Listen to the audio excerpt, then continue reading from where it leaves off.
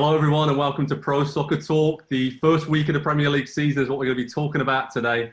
And I'm your host, Joe Prince-Wright, the lead writer editor over at PST. Delighted to say that I'm joined by Pro Soccer Talk's two other wonderful soccer writers, Nick Mendola and Andy Edwards. Lads, first of all, thanks for joining me.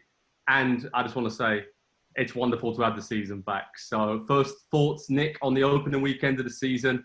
How good did it feel for you to have the Premier League back on our TV screens?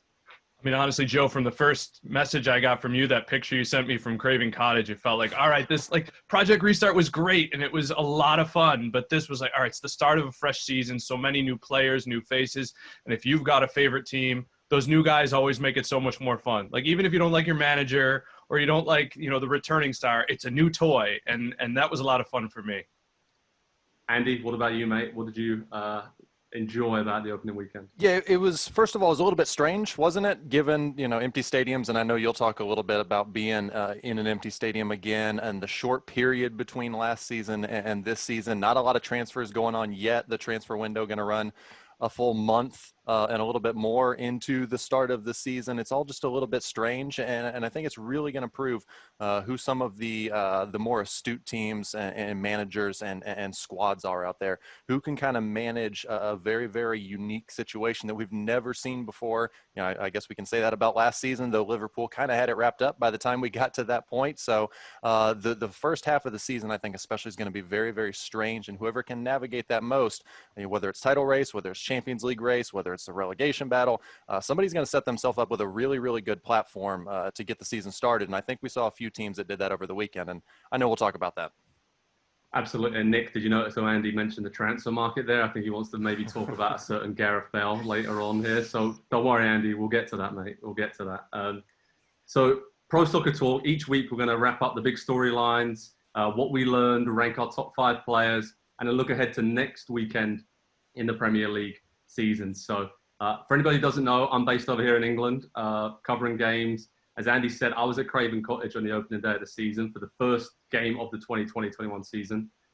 It was weird, but it was wonderful at the same time. Aubameyang curling one into the top corner and being celebrated like he was a Sunday League player. Really a little ripple of applause and a few fist bumps. But it was really cool to be back in the stadium. So I'm over here. Nick Mendola is in Buffalo, New York, around that wonderful area up there by Niagara Falls. And Andy is in Kansas City. And Andy, I should know this. Are you in Kansas City, Kansas, or Kansas City, Missouri? I have lived in both, currently in Kansas City, Missouri. The only good side. That was my next question. All right, that was my next question. Okay, so without further ado, we're going to get into 3 things we learned from the opening weekend of the Premier League season. And if you want more content like this, head over to Pro Soccer Talk, because on every single Premier League game of this season, Nick, Andy, and I will tell you 3 things we learned, be it a heavyweight battle or perhaps a relegation scrap, or maybe even some of the more unfashionable games. Not that there's many of those in the Premier League, but we give you our analysis on every game. So head over to the website for that, ProSoccerTalk at NBCSports.com. And lads, I'm going to talk about, to kick things off, 3 things we learned. I'm going to talk about the main thing I learned from the weekend is that Gabriel is probably the centre-back that Arsenal have been looking for. I mean, it seemed like every Premier League team was in for him in the summer, right? From Man United, Arsenal, Chelsea, and he looks like a bit of a bargain. He had one miscommunication within the first 5 minutes of his debut, which, he's speaking Portuguese, you've got a German goalkeeper, Spanish right back, English, Scottish guys, Kieran Tierney playing left back. So could probably excuse him for that, considering he's been in the country for a grand total of about 6 days. But everything else was great. Scored a goal, decent header. But apart from that, he was so commanding, in his own box, in the other box he caused problems. But on the ball, the way that Arsenal want to play under Arteta, on his left peg, he could just get the ball down, spray it into the midfield, was comfortable dropping back and then playing out. And we've seen under Arteta that Arsenal aren't scared to do that. And I learned that Gabriel is pretty much the real deal. Again, this is week 1, so I don't want to put us out there too much. But that's my main takeaway from being at Craven Cottage. And then also seeing, when you see a player up close and personal, sometimes it makes a difference than perhaps if you see him on TV. So it was really nice to see that. And the intangibles, he was getting a lot of encouragement from the coaching staff who were sat up in the stands near me and the backroom staff at Arsenal. And when he scored, the Arsenal players were delighted and celebrated with him massively. So you could tell it was a big deal for him to have a good start. And I think Arsenal now have been searching for that centre-back for so many years, haven't they? So I think they finally have him. But Nick Mendola, what did you learn from the opening weekend of the Premier League season, sir? So I'm sticking with the same position as you, Joe. And something I saw was, listen, I don't think anybody doubts that Liverpool's still going to be an extremely good team, a title contender. They're the reigning champs for a reason.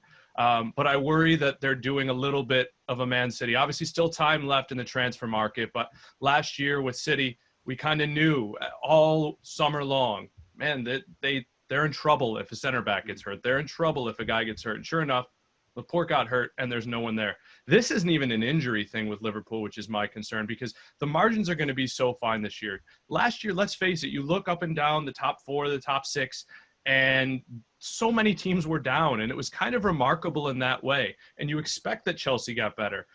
You hope, Andy, that Tottenham will be better. Arsenal, just name a team. Manchester United, the way they finished the season, if they brought any of that form all the way through the year, how much closer are they to the top? And I'm a numbers nerd. I love the expected goals. Liverpool outperformed that last year. Are we really thinking that there's not going to be a dip in form for Joe Gomez? Are we? Is Klopp going to need his own Fernandinho? So that's my concern. I know there's talk about Omar Colley from Sampdoria, who's been linked with a bunch of other teams. It's I think, Joe, you wrote about it today. So for me, that's the concern. It's not, is Liverpool going to be good? Can they contend for the Champions League? It's, are they, while crying about money a little bit now, which I think was a little bit off-putting for those of us who remember them spending $250, $300 million over 2 summers, and Van Dijk, right? Are they overlooking center back? So what you're saying is that Liverpool were lucky last season? Completely lucky. Totally. Probably the worst title I've ever seen. And their supporters never get angry or bitter. So I'm sure they'll take this all with a grain of salt. But I think that, it's interesting because how do you improve one of the greatest teams in Premier League history, right? Do you rip up or do you have to be ruthless? And I think Sir Alex Ferguson was always so great with Man United, the great team, being pretty ruthless at the time, it would seem. But then the next season they win the league again, you'd be like, oh yeah, that's why he moved on, so-and-so, that's why he did that. But yeah, pretty interesting take there, Nick. Andy, what did you learn in the opening weekend? Real quick though, fun fact, Nick mentioned Omar Colley there, formerly about 10 years ago on trial with Sporting Kansas City here in MLS. So the traditional career path of coming over from Africa, going on trial in Kansas City, not signing, by the way, heading off to, I think, kind of an outpost in Eastern Europe, getting the chance into Serie A, and now being linked with Liverpool, as you said, one of the greatest Premier League teams of all time. So, that's just how it works in this world. But anyway, I'm going to cheat a little bit here. This isn't something that I so much, necessarily learned over the weekend as much as I kind of had it reinforced to me based off of what we saw from 38 games last year. I think Frank Lampard is a pretty good manager already. And I think he might be very, very good. Like maybe not a legend, but one of the very best in the world for a time at some point in his career, given kind of how little experience he had before taking a job the size of Chelsea. I'm a little bit surprised at what he has done thus far. I think the transfer ban in season 1 was simultaneously an incredible challenge, but maybe also a little bit of a gift for him as well. It gave him a little bit of time to kind of establish himself within that team and everything. He seemed to take it in stride, and then they brought in, or he brought through kind of 4 or 5 important first team players in that first season that maybe otherwise wouldn't have had a chance to play for this team. But now it's a completely different challenge, to build on what he did last year, throw in $250 million worth of new players into the mix this season with a squad, by the way, that's already very well established and already finished 4th last season. So they've done something. So that's a difficult challenge. And I know there's 37 games to go still this season, but the win over Brighton on Monday, I think, was very, very impressive for me. They get the goal early. They give up an equalizer not long after halftime, but then they hit right back. They seemed completely unfazed by being hit away from home, and then they go and get another and put the game away and finish it off. And so it just leaves me wondering, what about Frank Lampard is it that is so good. And I think tactically he's pretty okay. I think he's got a couple blind spots, and those are things that he'll have to work on. I think over the course of his career and everything, we'll see how he does with kind of talent identification and assessment and fitting new players into the team. That's the challenge this season. But it always comes down to motivation, and I don't really like that word in this instance. I like the word inspiration for Frank Lampard and his team, because it's about what I think he makes his players feel when he has something to say to them.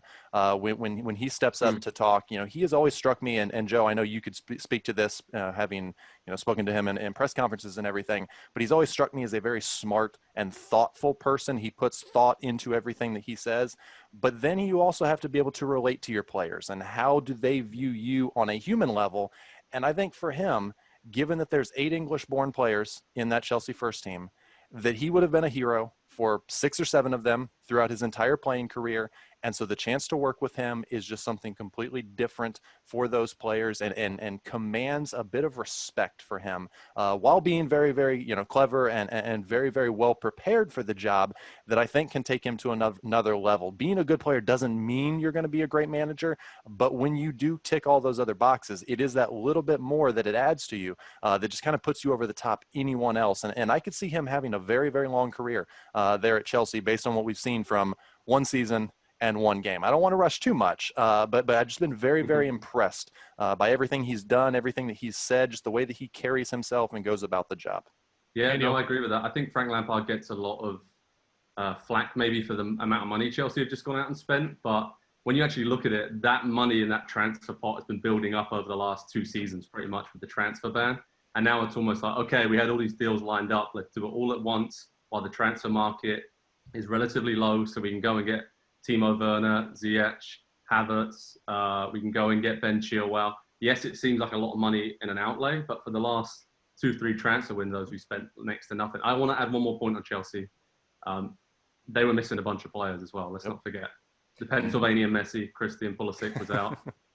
Ziyech is injured. Ben Chilwell is injured. Kovacic was out.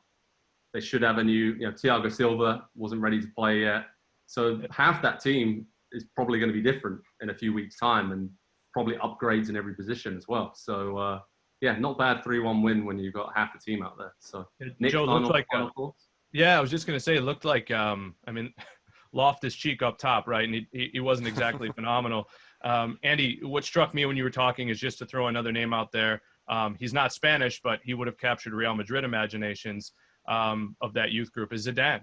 Right. So he looms larger, comes into the team, maybe with a questionable experience, but obviously great soccer knowledge. So I like that. And I especially like it because, Joe, I think you and I have spoken about this before. I wouldn't be surprised if Brighton outperforms expectations this year. I really like what Graham Potter's doing. So that win, that win meant something to me as well. Definitely. Okay. So there's 3 things we learned from the Premier League and week 1 of the season. So here at Pro Soccer Talk, we're going to carry on with ranking our top 5 players from week 1.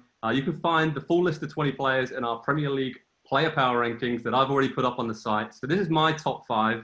We're going to go with that. I'm going to list 5 to 1. Then I'm going to pause and let Nick and Andy rip it to absolute shreds, as I know that they will. So I've gone number 5 for Gabriel from Arsenal. I think aside from that early miscommunication mistake, he scored on his debut, was dominant, and he could be that centre-back that Arsenal really have needed for a long, long time now. Speaking to Lee Dixon a lot over here when I'm traveling around stadiums. He has his head in his hands a lot when he's looking at the Arsenal defending, but Gabriel is a good defender, but can also play, and that's very important under Arteta. So he's at number 5. Raul Jimenez, Mexico's star striker, at number 4.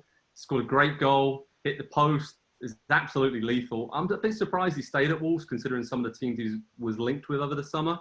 But Jimenez, as long as he is at Wolves, they have a chance of getting into Europe every single season, because such a well-oiled machine behind him in midfield and defence that, when he's got those kind of crosses and opportunities game after game, he's going to finish them. He's already proved that.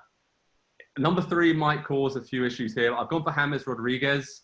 He had a silky smooth debut against Tottenham. I can already see Andy rolling his eyes at that.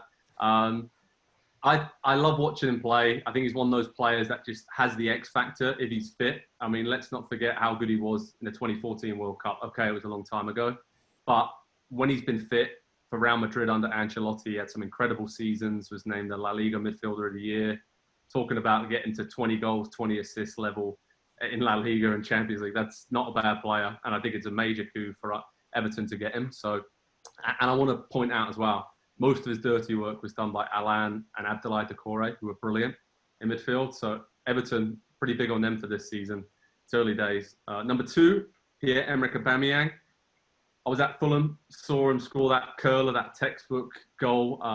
Obviously signed a new contract since then. He causes chaos. The Fulham defenders, bless them, were just petrified. Every time he got on the ball on the left, he'd cut inside. He can go both ways.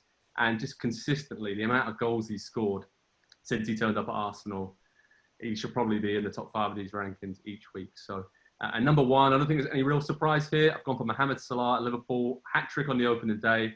Yes, 2 of them were penalties. They're both brilliant penalties. His numbers have been consistently great as well. My main thing with Salah, I think he gets a lot of stick, maybe unfairly, because on the pitch, he comes across as being quite selfish compared to Sadio Mane or Roberto Firmino. And some Liverpool fans maybe don't warm to him as much, but he had that wonderful first season, and everyone always thinks back to that and said, oh, he hasn't quite lived up to expectations. But hang on a minute, he still scores so many goals, creates so many chances. He won the Champions League and the Premier League. So yeah, that's my top 5 now. I'm going to let you guys go at it and rip it to shreds. Is there anybody else you put in there? Anything you disagree with on the player power? Yeah, first of all, you know who else is pretty selfish as a player? Lionel Messi.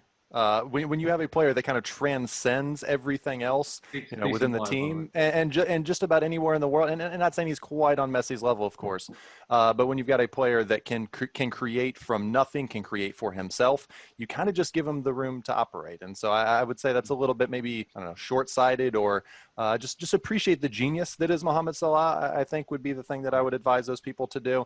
I wanted to throw a couple questions on a couple of those players to you guys. One on Raul Jimenez.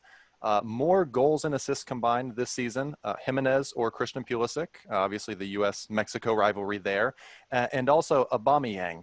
Obviously the new contract, 31 years old though. Do either of you worry about kind of, I don't know, 12 to 15% of the weekly wage bill being given to a 31-year-old? He'll be 34 by the time the contract is finished. He's relied on the pace a lot during his career. Not to say that he's only, you know, a very, very quick striker, but it's just, that would be a little worrying for me. Let's say my club did it, I would be pretty unhappy. Now they're about to do that, something pretty similar, and so I'll be pretty unhappy then. I would say this, Andy, on the second point. Once he ends up 3 years into that deal with Stan Kroenke's MLS team, I mean, everything will be fine. The wage bill will be washed away, and I mean, he obviously takes a lot of care over there. I worry a little bit about it. I think that's a team that was probably due to take a risk on an older player because they've invested so much in the youth, and him having the captain's armband, I'm sure a lot of that is down to ego, but clearly he's built that standing with the team. And so that's kind of the thing that pops off to me is, can you afford to lose him? And a club of that size, you can spend and have a mistake. Obviously, maybe in 3 years, we're dealing with the same thing we deal with now with Ozil talk, right? When is he going to leave? When is he going to leave? Who's going to take a salary? But he transcends that level. He's so influential, I think, with these younger players that Arsenal have, like Eddie Nketiah, Saka, even, you know, Nicola Pepe isn't that old either. So there's, I think, a core of young players there that just look up to him, and he's proved his worth as a leader. And you're almost guaranteed 25 goals a season with Aubameyang right now. But you're right, Andy, it only takes one injury for him to kind of fall by the wayside. But on your other question, the Pulisic Jimenez debate, oh man. Obviously, you have to consider the assist for it to be a little bit fairer. You know, you think maybe Pulisic's goals drop a little bit with some of the new players coming in, but he could be 12 or 15 assists this season, right? His assists will go up because he'll have Werner, Havertz, Ziyech. He'll have a lot more weapons there. And even when they're not playing, you've got Giroud maybe coming in if he does stay at Chelsea. So, yeah, I think it's going to be tight. I'd say Pulisic wins it by 1 on the final day of the season. And, wow. You know, wow. So, I like Jimenez. I like Jimenez to just nick it, whether it be through health, which, and again, I'm not knocking Pulisic, but Jimenez is proven to be year in, year out on the field an awful lot. And he chips in the assists as well. I'll stick with Wolves for the 2 guys I want to mention. Romain Saiss was just a monster. Yeah, great header. Intervened a couple times because Sheffield United only had Ollie McBurney was a little bit of a handful on the day, one of the only Sheffield United players to show up. So Saiss was a big deal for me. And the other thing, other player I really, really enjoyed was Callum Wilson. And if it was just me saying this, given that I love Alan Shearer and I used to love Michael Owen and I tend to like the Newcastle strikers, I would. But Andy's write-up was right. I mean, he was everywhere. He looked like a rejuvenated player. We saw it with when Andy Robertson moved from Hull. We saw it when Idrissa Gana Gueye moved from Aston Villa. Sometimes you're one of the better players on a relegated team. You get a new lease on life, and things just pop for you. And between him and Ryan Fraser, who scored in the Cup yesterday, Jeff Hendrick didn't get relegated, but, Burnley is a system we haven't seen him outside of. And, of course, Jamal Lewis looked wonderful. Maybe Newcastle did the right thing in raiding those rosters. So, yeah, I like Wilson and Romain from, oh, my goodness, loved him from Wolves. Wilson was right on the edge of my top 5 to start with, but he moved a bit further down. So if you want to check out my full top 20 list on the player power ranks this week, head on over to ProSoccerTalk on NBCSports.com, where you can see that. Jump in the comments, give me some stick. These lads are pretty nice today, though. They pretty much agreed with my top 5, so I'll take that any day of the week. Okay, on Pro Soccer Talk here, we're going to preview the top 3 matchups for this weekend. Remember, you can watch all the Premier League action in the USA this season across NBCSN, Peacock, and all of the other TV platforms we have. So head over to Pro Soccer Talk on NBCSports.com. We have the TV schedule page up. We have everything you possibly need to know how to watch these games. Lads, let's have a brief chat about week 2 coming up. Of course, you can play the Premier League Pick'em game, which is a lot of fun. I'd urge anyone out there to do that if you fancy your chances of winning $50,000 for getting the scores correct for 5 games. I mean, that's not too difficult to do, right? We do that most weekends of our picks, I assume. But I'm going to start with the big one. How many? Usually I'll get 1 on the previews, but that's about it. And you better believe that I'll go back and I'll screenshot it afterwards as well. Very proud of the pick. So Pick'em is great. I'd urge you to go and have a go at that. Chelsea against Liverpool is the first game I want to focus on, lads. I'm really excited for this one. I think it could be a goal fest again, just like it was in July. Obviously, Pulisic's a little bit touch and go with the injury setback he's had. Looks like a minor one. But what do we expect here? Because as we sort of saw in week 1, of course, Liverpool got ripped apart by Leeds at times, but got the job done. And Chelsea could have easily conceded another couple against Brighton because they have Kepa in goal. I'm not being harsh there, but any shot from outside the box at the moment looks like it's going to go in. So, Andy, what do you expect from Chelsea-Liverpool this weekend? I don't know if it's so much what I expect, but what I'm curious about, is it too soon for Chelsea to have, a matchup like this? You mentioned, the injuries and stuff that they've dealt with to start the season, with Pulisic not being, or maybe being available, maybe not. Some of the new players still coming in and kind of finding their way within that team. This is a potential, emphasis on potential. This could be, come the end of the season, if the Liverpool season goes the way that some people are thinking that it might, that they might regress just a little bit, Chelsea could be a third team that sneaks into that title race this season. And this could be a game that we look back on at the end of the season. If Chelsea can somehow manage 3 points and say, oh yeah, they did that in the second week of the season. They kind of proved to us early on that they were a very, very serious team, that they were a team for now. I don't think there's any doubt about what they're going to be long-term and over the course of 38 games this season, but how quickly can they kind of get up to speed to compete with a team like Liverpool? Man City obviously being the other title challenger there, but I'm going to be very, very curious to see how also Liverpool kind of, whether they change defensively or whether the game against Leeds was a blip on the radar for Jurgen Klopp. He didn't seem too worried after the game, and he tends to be someone who will tell you if they were terrible, they were terrible today. If they've got problems, we've got problems. But he said, I'm not too worried. I think that's a bit of a front from Klopp there. I think if I'm watching that and I'm him, I would be quite concerned with the defensive mistakes. I mean, it happened at the end of last season, Project Restart. After they won the title, okay, maybe they had a few too many beers to celebrate and took their foot off the gas a little bit. But right, Nick, would you be a little bit concerned if you're Liverpool? Is this like an early statement for both teams here, Liverpool and how serious they are about the repeat, and then Chelsea, how serious they are about taking that next step to be title contenders? Oh, for sure. Pulisic might be key as well. And the one thing I want to point out is that the last 4 times I believe they played, Chelsea obviously getting a win in a cup, 9-8 is the scoreline. Go back, and Pulisic's been very good. Was it the Super Cup, right? He had an assist, or did he score? He had an assist in that game. The first match last year, when Liverpool was playing as well as they have, Chelsea was probably the better team in terms of expected goals and might have come away with that. So for me, I've seen Liverpool fail to deal with this cast of characters. I mean, granted, I think they end up winning 3 out of the 4, but I've seen them fail to deal with them as effectively as they dealt with other teams. Werner here is a big one for me. I love whether he is slightly set to the left or as a center forward, to go up against Gomez, presuming that's who he goes against, is going to be a real interesting one. Obviously, Van Dijk, if he's over there, it shouldn't be too much of an issue. But I like Chelsea to put on a game here, and I think it might come down to bounces. Yeah, I think Chelsea's a bad matchup for Liverpool as well. When you look at some of the pace that they've got up top and the way that they'll look to counter a little bit more than kind of have possession and break them down. Liverpool pretty good with that, especially with the midfield that they've got. But the goals conceded, the mistakes that they made against Leeds, all in kind of the middle third of the field, and counterattacking chances going the other way. And you have to think that a player like Werner and whoever it is on the wings, whoever's healthy and fit to play in this game, are going to have a little bit more quality to what they do on the counter, combining with one another than Leeds did. So this could actually be a pretty bad matchup for Liverpool, I think. Yeah, and I think see Fabinho from the hop this time might make a difference. He made a big difference when he came on. That's a good point, because they just need that extra defensive solidity, I think, when the fullbacks are bombing on so much throughout the game.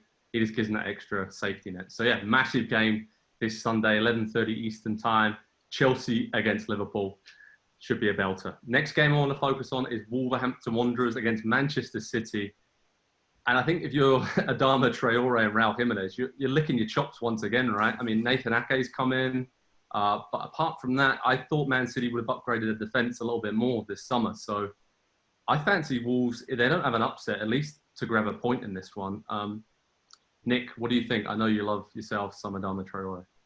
Yeah, I'm really interested in if this idea of him kind of sitting further back. I mean, he's still bomb forward, but they lined him up behind Pedro Neto. Yeah, and that's it reminds me a little bit in a very weird way of some of the tactics of Sheffield United with their center backs, as if to say we trust we trust this guy going forward and going back so much. His heat map, if you looked at it, was a little bit further back, but he still completed something like 9 of 11 dribbles, which is insane, and he does it so consistently. I do like that matchup. I like the way Podence looked as well. But for me, the reason I think Wolves have a real chance here is their defense looked really, really solid. They're not going to be taxed as much in fixture congestion. I do think City's going to come away with a win, but I think we're in for a really, really good game where both teams score. And I just want to say the colour of my shirt, I'm not a Wolves fan, but, I'm kind of trying to get those autumn vibes over here in England. And, Andy, Man City, what do you expect this season from them? Do you expect them to have kind of a reaction to being so far behind Liverpool, and also the Champions League issue, getting knocked out by Lyon? That was nothing that we saw coming, right? Everyone expected them to win the Champions League this summer. Yeah, obviously they're going to be there, probably for the whole of the season, right there alongside Liverpool, maybe Chelsea as well, pushing on into that group. But I keep coming back to, and it's something that I thought about in January of last season, the summer of last season, and for a couple years now, when are they going to address the fullback positions at Manchester City? I know they brought Kyle Walker in a handful of years ago. João Cancelo hasn't quite settled. It hasn't quite happened for him.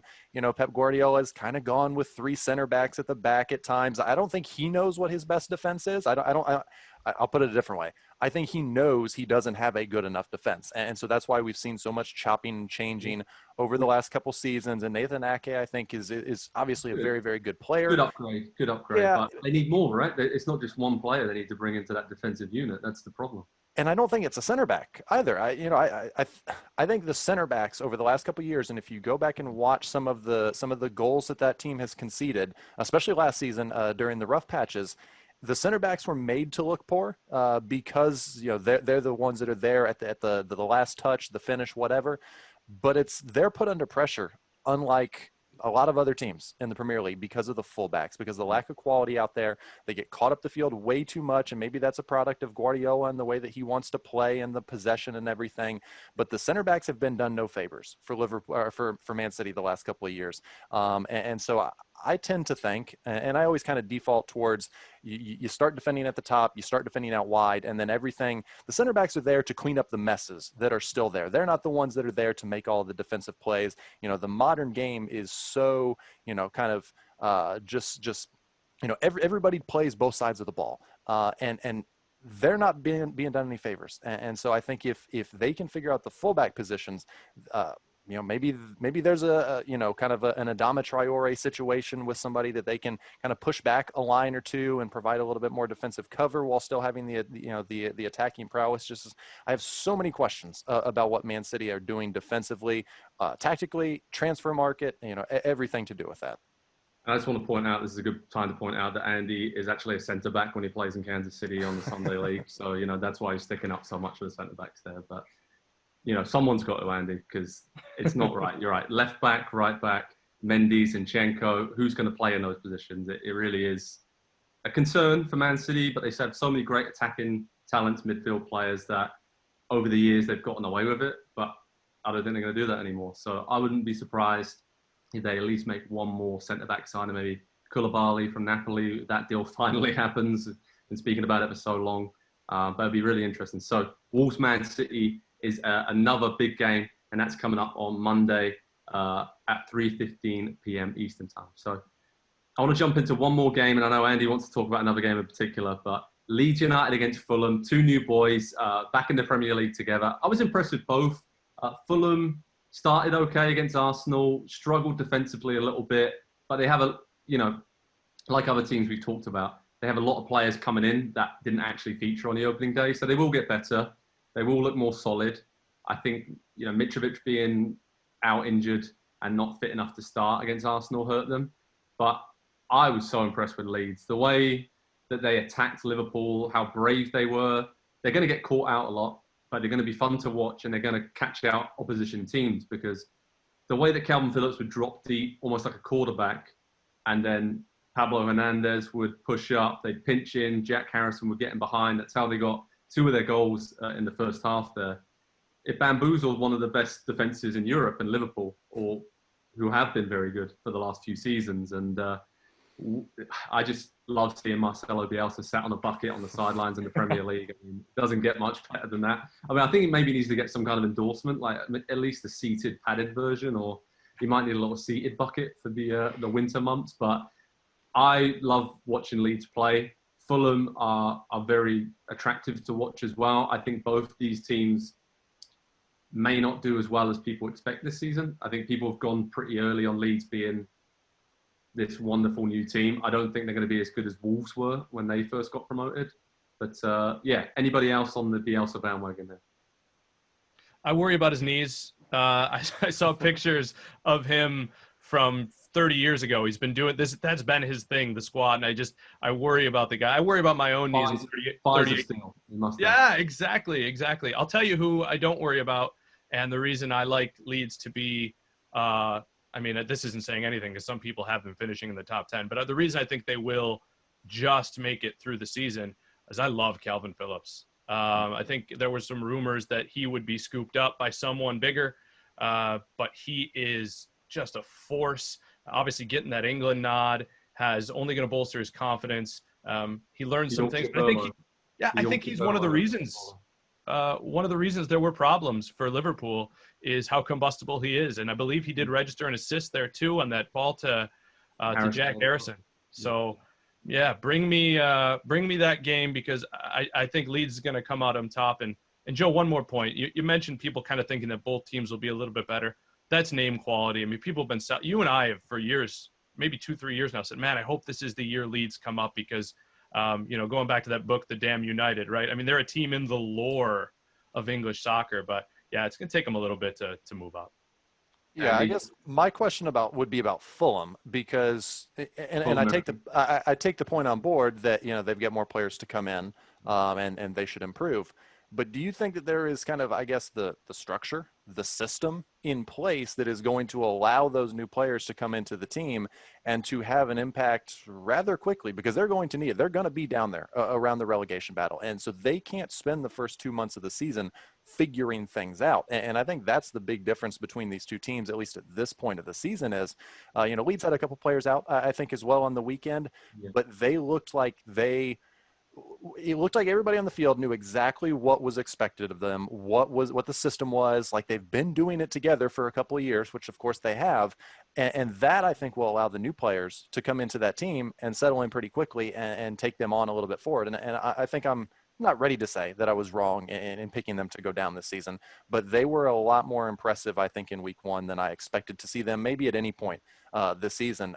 But for Fulham, I really worry for them. I really do, because there's so much chopping and changing, whether it's the manager every other season or every season, whether it's a half dozen players coming in, a half dozen players going out. There's no consistency, no continuity. And that kind of resilience of a group that's been together for a while is exactly what you need as a newly promoted team that's trying to stay up. What did they not have 2 years ago when they came up and went down with one of the worst points totals in Premier League history? They didn't have either of those things. Well, and look at their schedule. Sorry, Joe, real quick. Look at their schedule. After Arsenal, they have Leeds, Villa, and then October it's Wolves, Sheffield United, Palace, and West Brom. If they don't figure it out quickly, they're wasting chances to pick up a lot of points, and they're going to have to get Felix Magath to come in and bring some cheese to rub on the injuries. So it's going to be something. No one needs that again. It's at 10 a.m. Eastern time on Saturday, Leeds United against Fulham. You can watch that. Full America fans. Anthony Robinson is working his way towards the squad. Tim Ream started. Lovely golden flowing locks from the St. Louis native. And that was one of my big takeaways from being at Craven Cottage the open day of the season. His American accent got even stronger when he was on the pitch, because I've met him a few times now since he's been over here, and he almost is working towards that Brad Friedel-esque, transatlantic British American accent. But he goes back to full on from St. Louis when he's barking orders at the midfield to get the ball from him. So that's a lot of fun. Andy, I want to focus on one other game before we list the schedule. That is, of course, Southampton against Tottenham at St. Mary's. That takes place on Sunday at 7 a.m. Eastern time. Pretty quickly, but Gareth Bale, if this does happen, at the time of recording, it hasn't quite happened yet, but we think he's going to come on loan to Tottenham Real Madrid. What are your thoughts as someone who's watched Spurs closely and loves Gareth Bale as well? Do you think this is a good idea? I can't say giving Aubameyang the contract that Arsenal gave him was potentially a bad idea when he's, I think, the exact same age as Gareth Bale and has had, is a different position, but they rely on a lot of the same things to score goals in their careers, and then say, well, this will be fine. This will be fine because it's Gareth Bale, because he's going back to Spurs. I think it's a pretty risky move. If you're Spurs, I think if you're Bale, you're kind of just grasping at anything. It's probably about the highest level that he can realistically expect to make a move right now, given what he has done or not done, I guess, the last couple of seasons with all the injuries that he's faced, and then the questions of whether he's really motivated to continue to be a player, let alone a good player. But is the golf game more important to him than his playing career as a footballer? There's so many questions, and I think the thing that I ultimately come back to is the 2012-2013 season is one of the fondest memories I have of any team, of any single athlete, for any team that I have ever enjoyed watching to play in my entire life. The way he almost single-handedly willed them to a Champions League finish. There was a lot going on at the club at that time, and they fell just short of Arsenal and everything. But the late winners that he scored that season, you could count on it every single week. Spurs are down, they need a goal. Spurs are level, they need a goal. They have to win this game. Bale's going to score one. He's going to hit a left-footed curler from the edge of the box. It's going to find the back. The expectation was Bale's going to score and bail us out of this situation. And I think it's very. The heart for Spurs fans is going to say, I want this back because of how good it was last time.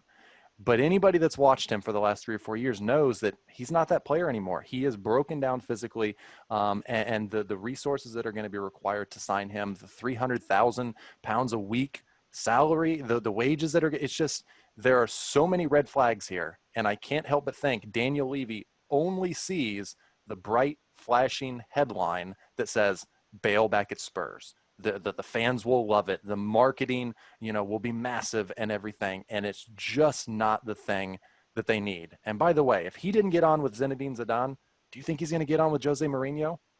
Grab your popcorn. This is going to be great. Nick, what do you think? Bale? Good. Three words, Joe. 3 words. And I want to give Andy a little bit of hope here, because I think about this, like right here, ready? Son, Kane, Bale. That's nuts. And I think we're seeing it with James Rodriguez. We're seeing it when Coutinho played a little bit against Barcelona. The fresh start and the devil's advocate argument, not a lot of tread on the tires the last couple of years. So maybe he's a 29-year-old's 31-year-old. And that'd be interesting. Yeah. Okay, I'm gonna try and let me try and roll with what Nick's doing there. Let's roll into some positivity here and finish with that.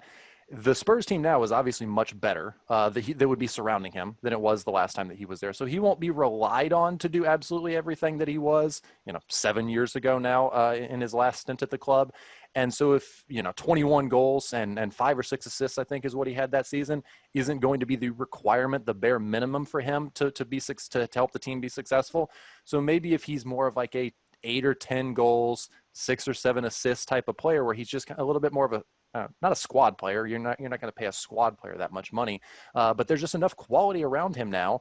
None of them from the Gareth Bale money. I think it should be mentioned as well, but there's just enough quality that I think that, I don't know, maybe they can get a couple of decent seasons out of him, or if it's just the one season on loan.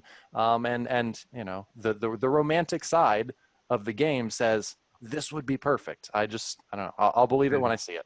You're a romantic at heart, mate. We can't deny that. And look what Mourinho did with Zlatan for one season at Manchester United. I'm going to fill you with some more hope of a player that had a lot of injuries, didn't have a lot left in the tank, but slightly different. But still, he loves big name players, and the short-term aspect of this could work out pretty well for Tottenham. So you can watch Tottenham play Southampton, as I said, 7 a.m. Eastern time this Sunday. Danny Ings and Southampton played pretty well against Tottenham the last few seasons, so could cause them a few problems. And the other games that we haven't mentioned coming up on the Premier League this weekend.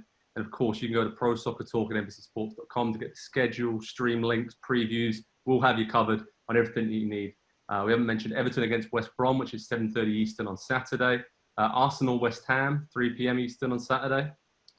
Big London derby there for both teams for very different reasons. Man United Palace, 12:30 Eastern on Saturday. Newcastle United Brighton, 9 a.m. Eastern time on Sunday. Leicester Burnley, 2 p.m. Eastern time on Sunday.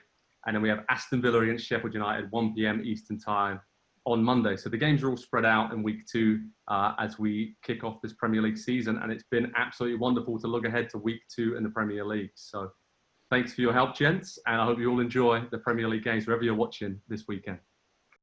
Hi there, I'm Rebecca Lowe. Make sure you subscribe to watch highlights all season long, and always join us every weekend at 7 a.m. on NBCSN for Premier League mornings. Plus, make sure you subscribe to Peacock Premium as well, where you can watch exclusively live 175 games and same-day on-demand replays of all 380 Premier League matches as well.